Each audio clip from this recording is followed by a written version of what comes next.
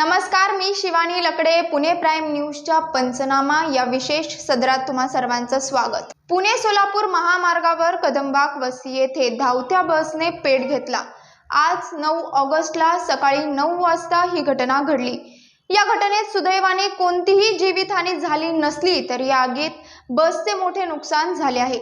या बसमध्ये 17 प्रवासी प्रवास करत होते. विशेष म्हणजे प्रवाशांनी बसमध्ये जळाल्यासारखा वास येत आहे असं बस चालकाला सांगून सुद्धा त्याने याकडे दुर्लक्ष केले. बस हैदराबाद वरून पुण्याच्या दिशेने निघाली होती. या बसमध्ये एकूण 17 प्रवासी प्रवास करत होते. ही बस कदमबाग वस्ती ग्रामपंचायत येथे आली असता गाडीचे टायर फुटले आणि गाडीने अचानक पेट घेतला.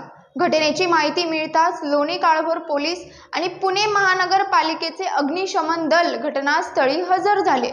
अग्निशमन दलाच्या जवानांनी अथक प्रयत्नानंतर आग आटोक्यात आणली. मात्र आता मुद्दा येतो तो म्हणजे बस चालकाच्या निष्काळजीपणाचा.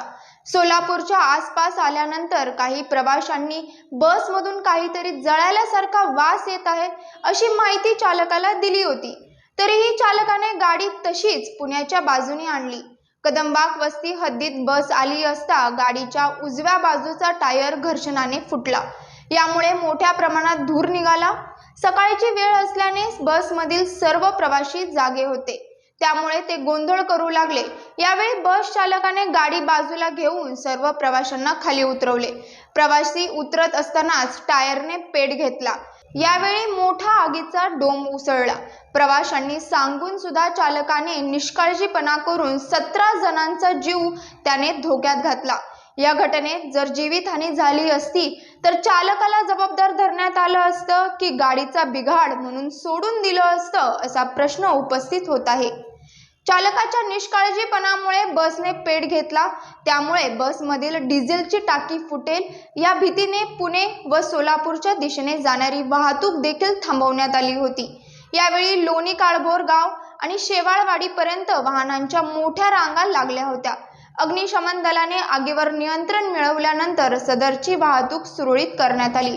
तोपर्यंत नागरिकांना ट्रॅफिकमध्ये अडकून राहावं लागलं. या प्रकरणी लोणी काळभोर पोलीस ठाण्यात चालकाविरुद्ध गुन्हा दाखल झाला नसला तरी अकस्मात जळीत दाखल करण्यात आला आहे. या प्रकरणाचा पुढील तपास सहाय्यक पोलीस निरीक्षक शिवशांत खोसे करत आहेत. त्यामुळे 17 नागरिकांचा जीव धोक्यात घालणाऱ्या चालकावर कोणती कारवाई होणार का हे पाहणं देखील तितकंच महत्त्वाचं ठरणार आहे. पंचनामामध्ये आपण इथेच थांबतोय. तुम्ही पाहत रहा पुणे प्राइम न्यूज.